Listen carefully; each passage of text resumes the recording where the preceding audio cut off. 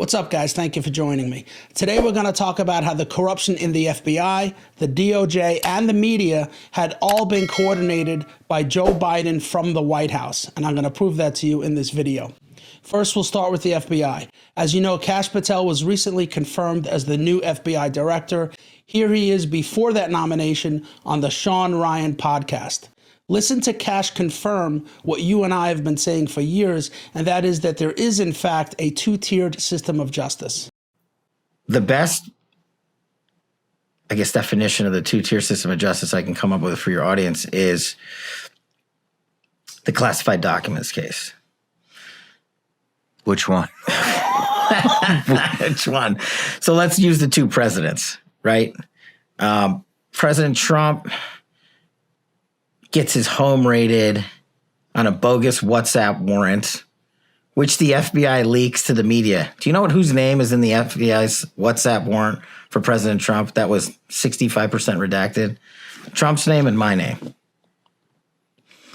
Then they redacted everything else after my name, which once it finally came out, it was completely meaningless BS.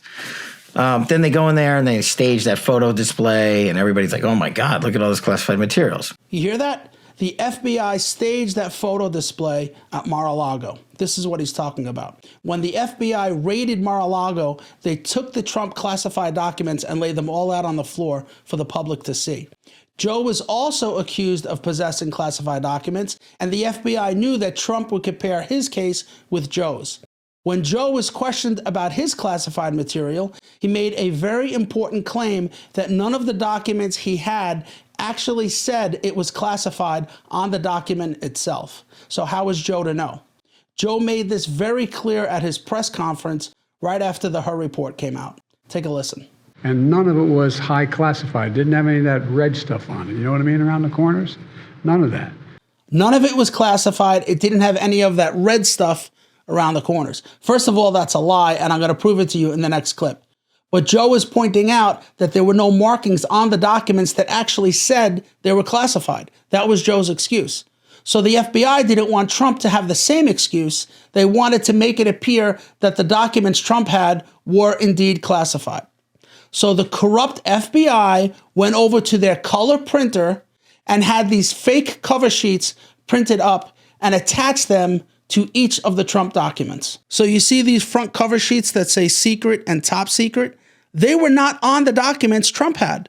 They were placed there by the FBI to give the illusion that Trump should have known that these documents were classified, and to justify the search warrant, and to influence the election. This is election interference. Thankfully, the judge caught it, and corrupt prosecutor Jack Smith was forced to admit that he misled the court. Even Politico, which received $8 million from the Biden administration, had to admit this. This is what they wrote. Listen to the wording very carefully. Read this with me. Smith's team revealed in the filing that FBI agents carried printed, classified cover sheets and used them to replace any classified documents they discovered. It doesn't say they used them to replace any marked classified documents they discovered, because they weren't marked. They had to read and analyze each of the documents to determine whether or not it was classified, because most of the documents Trump had no classified markings on them. Zero. But the corrupt FBI wanted you to believe that Trump knew he was withholding classified information.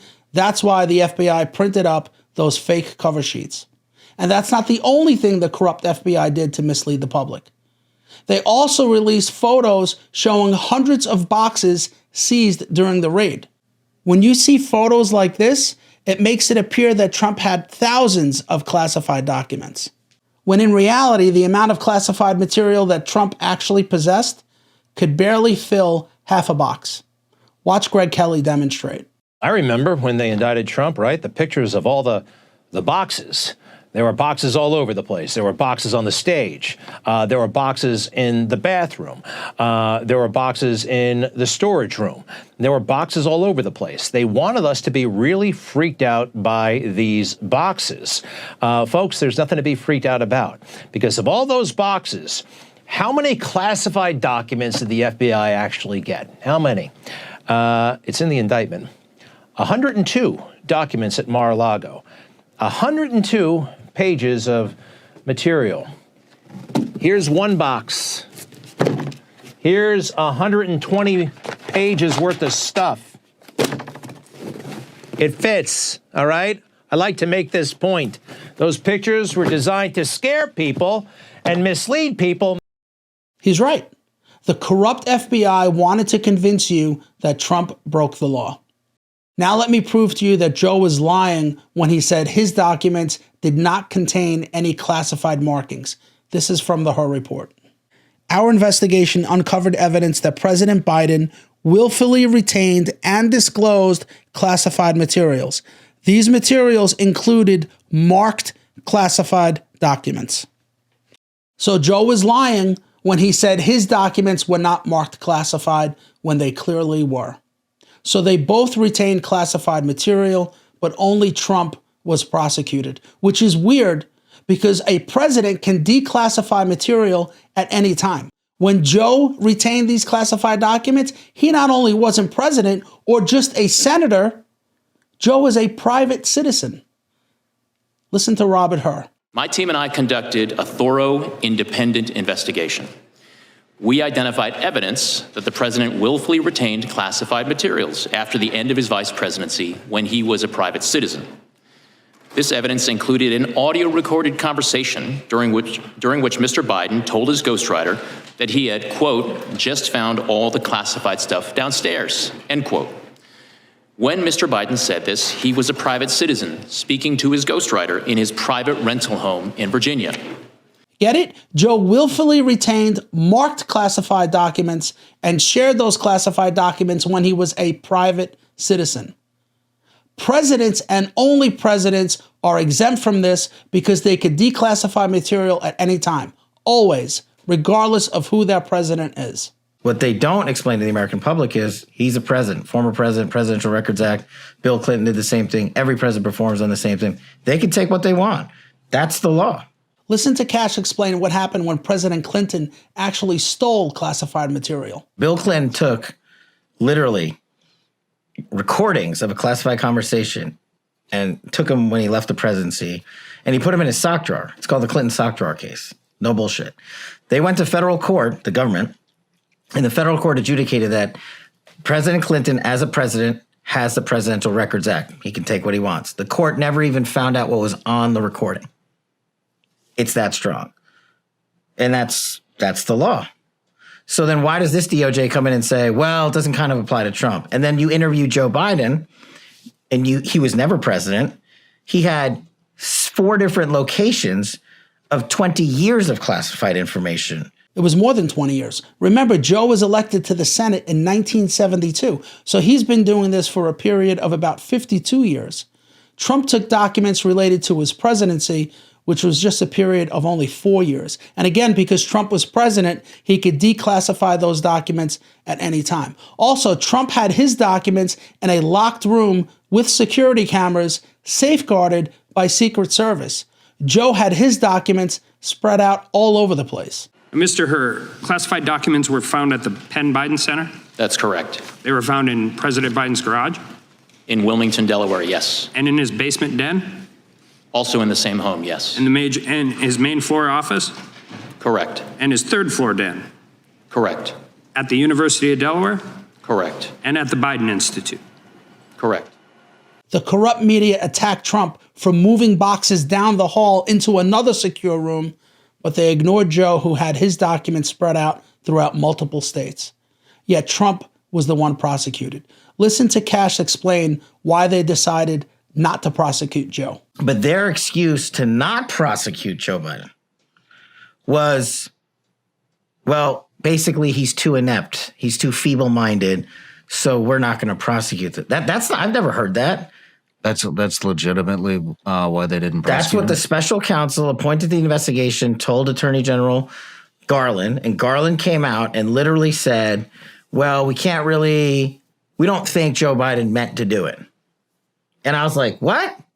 That's true. Here it is directly from the Hur report. Robert Hur decided not to prosecute Joe because he would likely present himself to a jury, as he did during our interview, as a sympathetic, well-meaning, elderly man with a poor memory.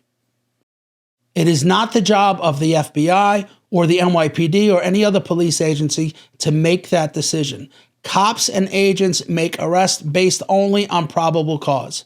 The decision whether or not to move forward rests with the Department of Justice, which in this case just happened to be led by corrupt Merrick Garland. And because Joe is a Democrat, they decided not to move forward. And this isn't the first time they did this for a Democrat. They did the same thing for Hillary Clinton. I was like, we're back to the Clinton case, the Clinton server case, right?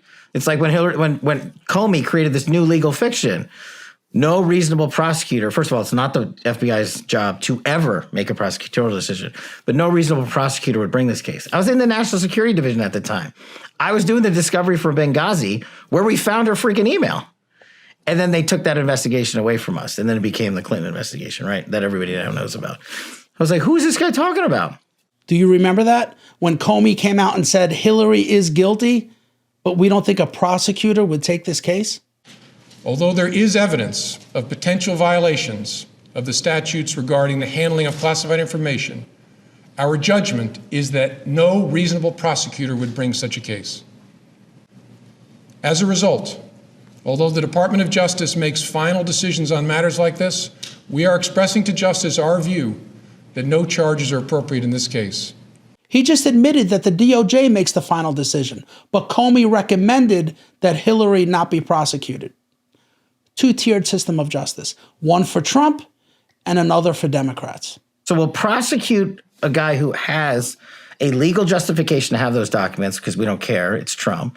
And we won't prosecute the sitting president because you've made up a new legal standard that applies to exonerate him and to not even charge him. That is the two-tier system of justice on steroids. And now you're talking about the two guys who are running against, now they're not, but two guys who were then running against each other for the presidency of the United States. Now let's talk about the coup from the FBI and the DOJ to get Trump removed from office. And you saw more Republicans in Trump's administration. For example, his Deputy Attorney General, Rod Rosenstein, agreed to wear a wire because then Deputy Director of the FBI, Andy McCabe, supposedly another Republican, went to the number 2 cop in the country and said, I need you to wear a wire so we can get information to use the 25th Amendment against President Trump. It's kind of ironic now that we've seen Joe Biden and what the 25th is supposed to be used for and what these guys wanted to do to exact a political vendetta. Here's what he's talking about. Andrew McCabe, who was second in command at the FBI, met up with Rod Rosenstein, who was second in command at the DOJ. Together, they formulated a plan to remove Trump from office by invoking the 25th Amendment. The 25th Amendment allows a president to be removed from office if he is physically or mentally incapacitated. This morning, mounting fallout after that bombshell report in the New York Times that Deputy Attorney General Rod Rosenstein discussed invoking the 25th Amendment last spring to remove President Trump from office, and that Rosenstein even suggested wearing a wire to secretly record conversations with President Trump on at least 2 occasions. The comments reportedly came after Mr. Trump fired FBI Director James Comey. Andrew McCabe's attorney has also responded to the Times account, which cited his memos. In a statement that reads in part, the attorney says McCabe, quote, gave all of his memos, classified and unclassified, to the special counsel's office. A set of those memos remained at the FBI at the time of his departure, late January of 2018. He has no knowledge of how any member of the media obtained those memos. McCabe, you'll recall, fired earlier this year after relentless attacks by the president in an apparent effort to discredit the Bureau's work on the Russia investigation. Again, with the Russia. Here's the Russia investigation in the most simplistic terms. Hillary Clinton, when she was running against Donald Trump, hired a man named Christopher Steele to make up a story that Trump was colluding with Russia. She paid him to do this. Christopher Steele makes up the report, hands it back to Hillary. Hillary then takes the report that she paid for and hands it to the FBI and says, you guys have to investigate this. Trump might be colluding with Russia. The FBI admitted that they knew the document was flawed, but used it anyway to get a warrant and spy on the Trump campaign. Russia was nothing more than a hoax. Listen to Kash explain the real reason why Rod Rosenstein and Andrew McCabe wanted to get Trump removed. Remember, Trump exposed, we exposed during Russiagate, Andy McCabe's criminal activity while running the FBI. We exposed Rod Rosenstein's criminal activity while signing an illegal FISA, burying evidence of innocence, and lying to a federal court just to surveil a sitting president of the United States. We caught him. Trump fired Comey, and McCabe and Rosenstein knew that they were next because they got caught lying to the court. So they had to get Trump removed while they were still in power. Now listen to Kash explain his plan for the FBI moving forward. You go to D.C. and you remove all these positions, right? And you start enacting measures, not of retribution, but of legal consequence. Y'all acted one way. For instance, the people that signed the 51 Intel letter, right? Permanently suspend their security clearances forever. Every one of those guys lied. Every one of those guys got caught lying. You're talking about 2 former CIA directors, a former NSA director, and a former Secretary of Defense. All intentionally, to this day, continue to lie and won't take back their letter. Okay, you can stop making money from your security clearance. There's a start. 51 Intel officers. Do you remember that? Here's what happened. Rudy Giuliani gave the FBI Hunter Biden's laptop, which contained enormous amount of evidence proving that Joe and Hunter were taking money from China. The FBI sat on it for more than a year. After the New York Post broke the story, which got them censored on Facebook and Twitter, the deep state knew that Trump was going to bring up the laptop during the debate. So corrupt CIA Director Mike Morell, along with Secretary of State Anthony Blinken, asked 51 intelligence officers to claim that the laptop was fake and part of a Russian disinformation campaign. The whole purpose of this plan was to give Joe Biden a talking point in case Trump brought it up in the debate. Here's the email. We think Trump will attack Biden on the issue at this week's debate, and we want to give the VP a talking point to use in response. And it did come up during the debate, and of course, Joe was ready. The character of the country is on the ballot. Our character is on the ballot. Look at us closely. Let me ask some follow-up. Please respond, and then we're going to have follow-up questions. If this stuff is true about Russia, Ukraine, China, other countries, Iraq, if this is true, then he's a corrupt politician. Right. So don't give me the stuff about how you're this innocent baby. Joe, they're calling you a corrupt politician. Nobody. President Trump, I want to stay on the issue of race. We're talking about the issue. Laptop from hell. President Trump, we're Nobody. talking about race right now, and I do want to stay on the issue of race. President Trump, And I you've have to respond to that. Please, because look, very quickly. there are 50 former national intelligence folks who said that what he's accusing me of is a Russian plant. They have said that this has all the 5 former heads of the CIA, both parties, say what he's saying is a bunch of garbage. Nobody believes it except his and his good friend Rudy Giuliani. You mean the laptop is now another Russia hoax? That's exactly what. Is this that's where you're exactly going? what. This is where he's going. The laptop is Russia, Yes. Gentlemen, Russia. I want to stay on the issue of race. You okay? have to be kidding. Here we Mr. go President? again with Russia. And of course, his corrupt Democrat friends pushed the same lie. The evidence suggests, indeed, Trump has been a pawn of the Russians. But when you start to see a pattern where he basically spouts Putin's lies, then we have to ask the most unusual and frightening question about our own president. This is nothing short of treasonous because it is a betrayal of the nation. He is giving aid and comfort to the enemy. Is there influence, whether witting or unwitting, by the Russians over President Trump? The possibility, the very real possibility, that President Putin holds damaging information over President Trump. Trump's eagerness to sell out America proves the Russians must have something, personally, politically, or financially, on President Trump. That was all a lie. They knew the laptop was real, but the corrupt Democrats wanted to push the fake Russia narrative. And of course, they got help from the corrupt media.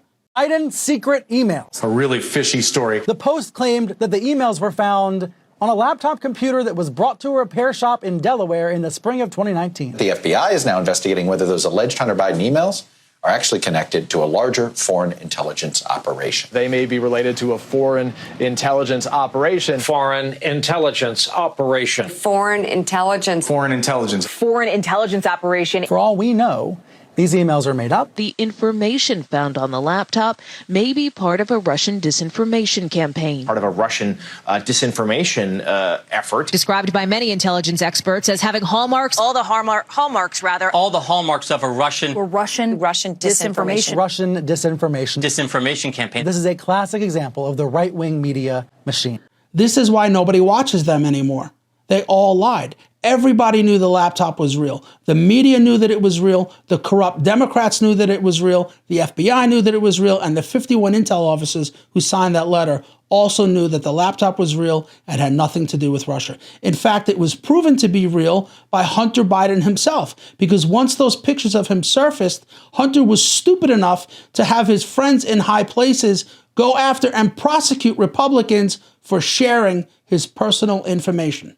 Yesterday, Hunter Biden's legal team released a letter demanding that Joe Biden's friends imprison anyone who criticizes Joe Biden's son. So these letters call on the Department of Justice, which Joe Biden controls, and Delaware Attorney General Kathy Jennings from Joe Biden's state to file criminal charges against Republicans who dared to possess and share the contents of his son's now famous laptop. Does that mean we can now say with certainty that the laptop is real? If we can say that, that means that Adam Schiff, who's now running for Senate in California, had better issue a statement pronto correcting his previous categorical claims about the laptop. Does it surprise you at all that this information Rudy Giuliani is peddling very well could be connected to some sort of Russian government disinformation campaign? Well, we know that this whole smear on Joe Biden comes from the Kremlin. That's been clear for well over a year now that they've been pushing this false narrative about the vice president and his son. We know this comes from the Kremlin, Adam Schiff said. And of course, Adam Schiff would know, since he, unlike you, had access to top secret information. You weren't allowed to see it. He did see it, and on the basis of that knowledge told you it was from the Kremlin. And it's exactly what dozens of former intel officials told you. They saw the evidence, and this was from Russia. So now it looks like they were all lying. According to Hunter Biden's lawyers, quote, Mr. McIsaac unlawfully shared Mr. Biden's property with third parties. His property, he owned it, it was his. Yes, the laptop, according to Hunter Biden's lawyers, belonged to Hunter Biden. It did not come from the Kremlin. That's settled. You see how stupid he is? How can the Republicans be sharing his personal information when they got it from a laptop they claim doesn't even exist? So the laptop was real, and it exposed Joe Biden in a ton of crimes. Joe was finally exposed. But the corrupt media had a problem. Now that Hunter authenticated the laptop, they can no longer blame this on Russian disinformation. So they changed their talking point to Joe Biden did nothing wrong. I just want to deal in fact, because there is so much speculation out there, and there is zero evidence that Hunter Biden or Joe Biden did anything wrong here. We should note, again, and you and I have said this in the air many times, there is no evidence that Joe Biden was, involved in any wrongdoing. Of course, I want to note that there is no evidence that Joe Biden or Hunter Biden has done anything wrong. I just want to reiterate. And let's be clear for the viewers. There is no evidence Biden did anything wrong. I'll note again, because it's important. There is no, I repeat, no. There is no evidence that either Biden did anything illegal. There's been no evidence. There was no evidence. There's no evidence. There is no evidence. There is not an iota of evidence. No evidence Biden did anything wrong. There's really No evidence that Joe Biden did anything wrong. There's no evidence whatsoever that Joe Biden did anything wrong. Got that? Joe Biden did nothing wrong. You're telling me that's not coordinated? Not only was the laptop proven to be real, but it was also proven that Joe and Hunter were indeed taking money from China. Remember, on the laptop, there was an email where Hunter said he had to kick back 10% for the big guy, which was Joe. Here's the email. Money to be allocated as follows. 20% for H, that's Hunter. And look at the bottom. 10% held by Hunter for the big guy. The big guy was Joe. You're the big man, I think. Your son said we have to give 10% to the big man. Joe, what's that all about? When Joe was confronted about this email, listen to the first thing he says. Standing evidence in the FBI file that you sold out the country. Do you have a response to the congressional Republicans? Where's the money? Where's the money? Do you know why he said that? Do you know why that's the first thing he said? Let's say you commit what you think is the perfect crime. Let's say you shoot someone and you take that gun and you somehow bash it into a bunch of pieces and then throw it in the middle of the ocean. Now, someone accuses you of committing that shooting. The first thing you're going to say is, well, where's the gun? Because you took enormous steps to make sure that it never surfaced. That's why Joe responded, well, where's the money? Because he didn't think it would ever get traced back to him. Joe took enormous steps to hide it. That money that he took from China went through 20 different companies before they got to Joe. 17 of those 20 companies didn't even have employees. The whole purpose they were created was to hide the money before it got to Joe. And Joe never thought in a million years that that money would be traced back to him. But it was. Northern International Capital, a Chinese company associated with CEFC, wired $5 million to Hudson West 3, a joint venture established by Hunter Biden and a CEFC associate. Then Hudson West 3 sent $400,000 to an entity owned and controlled by Hunter Biden. Next, Hunter Biden wired $150,000 to Lion Hall Group, a company owned by James and Sarah Biden. Sarah Biden then withdrew $50,000 in cash from Lion Hall Group. Later the same day, she deposited it into her and James Biden's personal checking account. A few days later, Sarah Biden cut a check to Joe Biden for $40,000. Do you see all the steps Joe and Hunter took to hide this money? And by the way, did you also notice that Joe got $40,000 of the $400,000 payment, which just happens to be the 10% Hunter mentioned? Everybody was asking for the smoking gun. Here it is. What happened? Nothing. Because they're Democrats. Democrats are immune from prosecution, and the people in charge guarantee it. In fact, on his way out the door, Joe pardoned himself and Hunter, even though they promised us over and over that they would never do this. Do you remember that? And have you ruled out a pardon for your son? Yes. Is there any possibility that the president would end up pardoning his son? No. What is there? I just said no. I just answered. When would the president pardon or commute his son if he's convicted? So I've answered this question before. It was asked of me not too long ago, a couple of weeks ago, and I was very clear, and I said no. I could speak for the president. And he said he would not pardon his son. Does the president have any intention of pardoning him? We've been asked that question multiple times. Our answer stands, which is no. I just want to make sure that that is not going to change over the next 6 months. The president's saying he would not. It's still a no. It's still a no. It will always be a no. It's still a no. It will be a no. It is a no. And I don't have anything else to add. Will he pardon his son? No. And just before he leaves office, Joe pardons him. And it wasn't just any pardon.